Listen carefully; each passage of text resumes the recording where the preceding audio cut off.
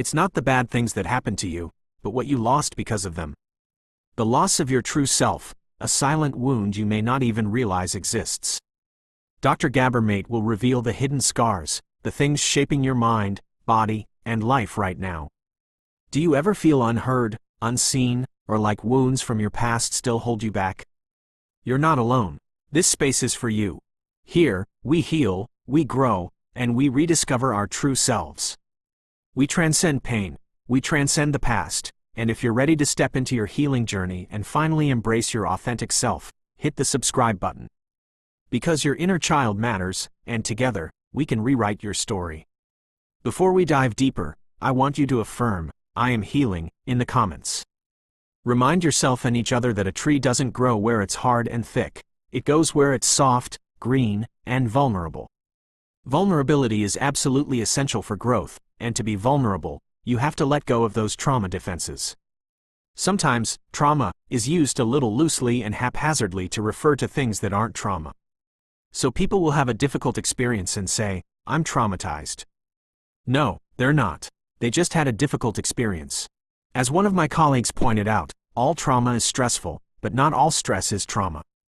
So sometimes people use this word to refer to difficult experiences, which isn't the same as being traumatized. What's really important is that in the field of health, which you and I are both interested in, whether it's physical or mental health, trauma is not understood enough or used enough to my mind. A lot of mental and physical conditions are really very much related to trauma that the healing professions, especially medicine, don't really recognize.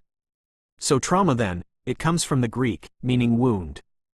It's a psychological wound that leaves a scar. It leaves a mark on your nervous system, in your body, in your psyche, and then shows up in all kinds of unhelpful ways later. So in its basic sense, trauma is a psychological wound. If you look at the nature of a wound, on the one hand, if it's raw and open, it really hurts.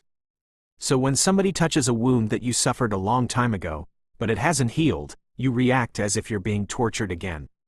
This always happens in relationships. On the other hand, the scar tissue has some very hard characteristics. It's rigid, so it's inflexible. So people tend to be rigid when they're traumatized. It also doesn't grow. Trauma often prevents emotional development and growth. So on the one hand, it's very raw and painful. On the other hand, it's even lacking in sensation because scar tissue doesn't have nerve endings. The best advice I can give you is to follow your own tradition, but I often tell people, don't wait for recognition from the government or from society because that's going to be a long time coming. You need to acknowledge your own suffering, your own pain, and then there are lots of rituals, lots of traditions, dances, chants, drums, sweat lodges, sun dances, returns to the land, wisdom circles, and restorative justice. There's a lot of wisdom there. So what I'm saying to people is, acknowledge your own suffering, but look to the wisdom within to heal. And there is wisdom to heal within the culture, within the people, and within the individual as well. We all have the capacity to go through suffering and not get stuck in it, but then to seek the healing capacity within. You certainly can't wait for the world to come around. That would be great, but you can't wait for it. Otherwise, you're depending on others to heal your wounds. It's terrible when I talk about these brain circuits we share with other mammals for play and for love and for seeking. We also have a brain circuit for panic and grief. Why do we have that? Because life brings loss, and therefore, grief is essential for life. Because grief is about accepting the fact that something that's lost will never come back. When a child experiences grief, and I've said that the child's needs are to be able to experience all the emotions they need to be able to experience grief as well. And it doesn't matter from an adult's perspective whether we see that loss as big or small. What matters is how the child experiences it. For a small child, even what seems like a small loss can be very painful. So we don't make the child wrong for that. We don't say, "Get over it. There's nothing wrong. Think of other children who are suffering."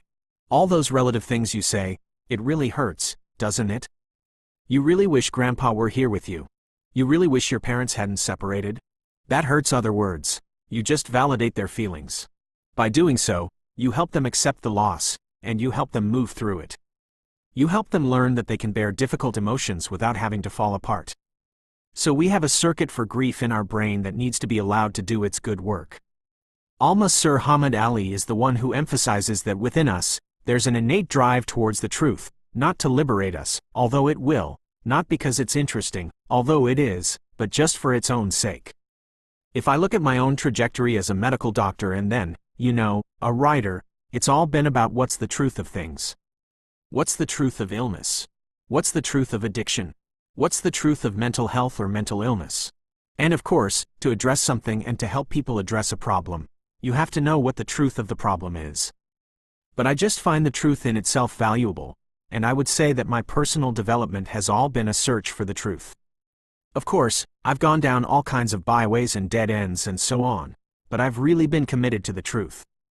I can say that now with some satisfaction. I'm far from having arrived. I'm not saying I've arrived.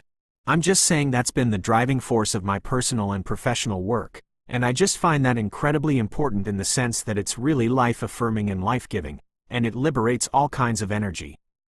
Mark talks about alienation and what people are alienated from. They're alienated from nature, and look at our alienation from nature. We're so alienated from nature that we're destroying it. Alienated from their work so that their work has no meaning for them.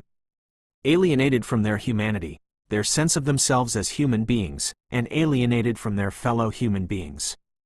Now, in that context of alienation that capitalism imposes on people in ways that I'll talk about in a minute, you have enormous emotional isolation.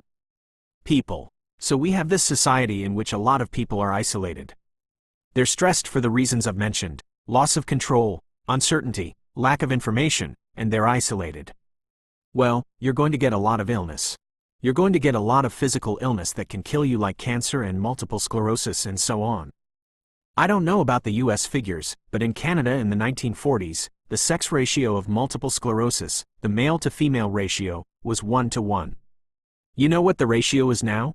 And I'm sure the same statistics would hold in the US. It's fear women for every man. As soon as we know that, we know a few things. It can't be genetic. Genes don't change in 40 or 50 years. It can't be climate because it doesn't change that much for one sex or the other. It can't be diet. What is it? It's stress. And why are women more stressed now than they used to be? Because they're still playing the role they've always played as the emotional stress absorbers of their environment. They absorb the stresses of their men. That's why married men live longer than unmarried men, but married women don't live longer than unmarried women. That's just a fact. So they're still carrying out the culturally assigned role automatically of stress absorbers, plus they have economic roles to carry out, and they're carrying them out in a less supportive context. Why less supportive? Because capitalism destroys contact and connection. It's destroyed the clan, the tribe, the extended family, the community, the neighborhood. See, human beings have never lived the way we live now. In fact, if you look at the clock, and it's an hour clock, the time that we've lived the way we're living now is maybe 1 minute out of that 60 minutes, maybe less. Because we used to live in community connection, and that's the context for children. It takes a